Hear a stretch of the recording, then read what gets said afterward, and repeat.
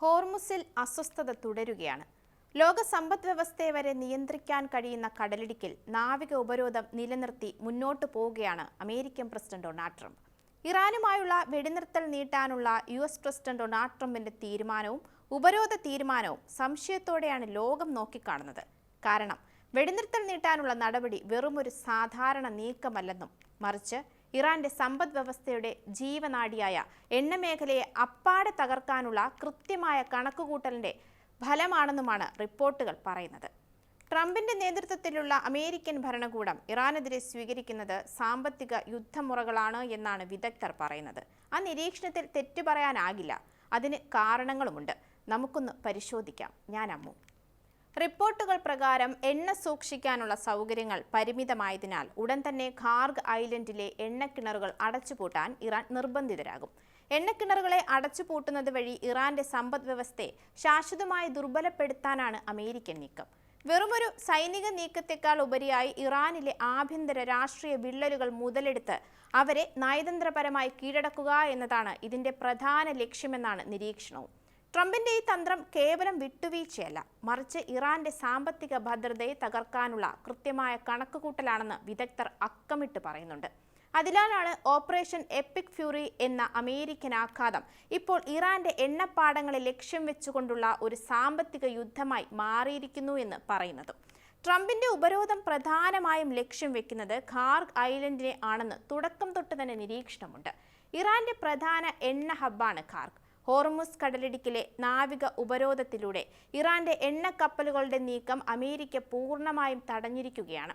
Kharg ദ്വീപിലെ സംഭരണശാലകൾ April 26 നിറയുമെന്നാണ് കണക്കാക്കുന്നത്. കയറ്റുമതി തടസ്സപ്പെട്ട സാഹചര്യത്തിൽ ഇവിടത്തെ സംഭരണശേഷി മറികടന്നാൽ പുതുതായി ഉൽപ്പാദിപ്പിക്കുന്ന എണ്ണ സൂക്ഷിക്കാൻ ഇവിടെ ഇടമില്ലാതെ വരും. അതോടെ എണ്ണ ഉൽപ്പാദനം നിർത്തിവെക്കാൻ ഇറാൻ നിർബന്ധിതരുമാകും. ഇത് രാജ്യത്തിന്റെ പ്രാഥമിക വരുമാന മാർഗത്തിന് നേരിട്ടുള്ള ഒരു തിരിച്ചടിയാണ്. എണ്ണക്കിണറുകൾ അടച്ചുപൂട്ടുന്നത് അത്ര എളുപ്പമുള്ള കാര്യവുമല്ല. പൊതുവെ പഴയ എണ്ണപ്പാടങ്ങളാണ് ഇറാനിൽ കൂടുതലായുള്ളത്. അതുകൊണ്ട് തന്നെ ചെറിയ കാലയളവിലേക്കാണെങ്കിൽ പോലും എണ്ണ ഉൽപ്പാദനം നിർത്തിവെച്ചാൽ അത് ഇത്തരം പഴയ എണ്ണപ്പാടങ്ങൾക്ക് മാരകമായ നാശനഷ്ടങ്ങൾ വരുത്തിവെക്കുമെന്ന് വിദഗ്ധർ മുന്നറിയിപ്പ് നൽകുന്നു. ഇത് ഇറാന് വൻ സാമ്പത്തിക ആഘാതം ഉണ്ടാക്കി വെക്കുന്ന ഒന്നായിരിക്കും.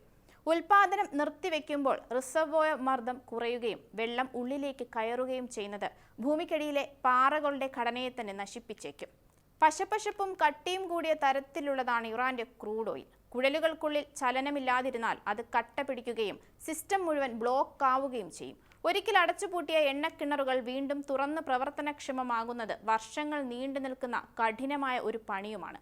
മാത്രമല്ല, മുൻപ് ഉൽപ്പാദിപ്പിച്ചിരുന്ന അത്രയും അളവിൽ എണ്ണ പിന്നീട് ഈ കിണറുകളിൽ നിന്ന് ലഭിക്കണമെന്നതിൽ യാതൊരു ഉറപ്പുമില്ല എന്നത് മറ്റൊരു പ്രധാന കാര്യം. എണ്ണ ഉൽപ്പാദനം നിലയ്ക്കുന്നതിലൂടെ ഇറാന് പ്രതിദിനം 3 ലക്ഷം മുതൽ 5 ലക്ഷം വരെ ബാരൽ എണ്ണ നഷ്ടപ്പെടും. ഇത് പ്രതിവർഷം ഏകദേശം 75,000 കോടി മുതൽ 1.25 ലക്ഷം കോടി രൂപ വരെ വരുമാന നഷ്ടത്തിനും കാരണമാകും. നിലവിൽ ഇറാനിലെ ഭരണകൂടം ഗുരുതരമായി ഭിന്നിച്ചിരിക്കുകയാണ് എന്നാണ് ട്രംപിന്റെ വിലയിരുത്തലും അവകാശവാദവും. ഇറാനിലെ ഇപ്പോഴത്തെ നേതൃത്വത്തിനുള്ളിൽ കാര്യമായ വിള്ളലുകൾ ഉണ്ടെന്ന് ട്രംപ് ആദ്യമായാണ് തുറന്ന് സമ്മതിച്ചത് എന്നതും ശ്രദ്ധേയമാണ്. കാണാമറയത്ത് നിന്ന് ഇറാൻ ഭരണകൂടത്തിന്റെ ചരട് വലിക്കുന്നത് റവല്യൂഷണറി ഗാർഡ് കമാൻഡർ അഹമ്മദ് വാഹിദിയാണെന്നും അമേരിക്ക ആരോപിക്കുന്നുണ്ട്. ഈ സാഹചര്യം ഭരണകൂടത്തിനുള്ളിലെ ഈ വിള്ളലുകൾ മുതലെടുത്ത് സാമ്പത്തികമായി ഇറാനെ തളർത്താനാണ് ട്രംപിന്റെ നീക്കം. രാജ്യത്തിന്റെ പ്രധാന വരുമാന മാർഗമായ എണ്ണ ഉൽപ്പാദനം സ്ഥിരമായി തടസ്സപ്പെടുത്തി ഇറാൻ ഭരണകൂടത്തെ തളർത്താനാണ് അമേരിക്ക ലക്ഷ്യമിടുന്നത്. സൈനികമായ ബോംബ് ആക്രമണങ്ങളെയും മിസൈൽ ആക്രമണത്തെക്കാളും നീണ്ടു നിൽക്കുന്ന പ്രത്യാഘാതങ്ങൾ സൃഷ്ടിക്കാൻ ഈ സാമ്പത്തിക ആയുധത്തിന് സാധിക്കുമെന്നതാണ് ട്രംപിന്റെ കണക്കുകൂട്ടലും. ഇതിലൂടെ ഇറാനെ കൊണ്ട് അമേരിക്കയുടെ നിബന്ധനകൾ അംഗീകരിപ്പിക്കാൻ സാധിക്കുമെന്നാണ് ട്രംപ് ഭരണകൂടം കരുതുന്നത്. ഹോർമുസ് കടലിടുക്കിന്മേൽ അമേരിക്കയ്ക്ക് പൂർണ്ണ നിയന്ത്രണമുണ്ടെന്നാണ് ട്രംപ് അവകാശപ്പെടുന്നത്.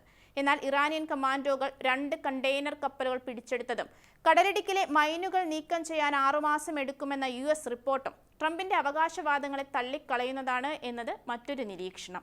കടലിടുക്ക് അടച്ചിടുന്നത് ഇറാന്റെ സമ്പദ് വ്യവസ്ഥയെ ബാധിക്കുന്നുണ്ട് എങ്കിലും ഇന്ധനവില വർധനവ് നവംബറിൽ നടക്കാനിരിക്കുന്ന US മിഡ് ടേം തിരഞ്ഞെടുപ്പുകളിൽ ട്രംപിനും വലിയ രാഷ്ട്രീയ വെല്ലുവിളി ഉയർത്തുന്നുണ്ട് എന്നത് മറ്റൊരു നിരീക്ഷണം. ട്രംപിന്റെ തീരുമാനത്തിന്റെ ഫലം ഇറാനിൽ എങ്ങനെ പ്രതിഫലിക്കുമെന്നും അത് ലോകത്തെന്ത് പ്രത്യാഘാതം ഉണ്ടാക്കുമെന്നും നമുക്ക് കാത്തിരുന്ന് കാണേണ്ടി വരും.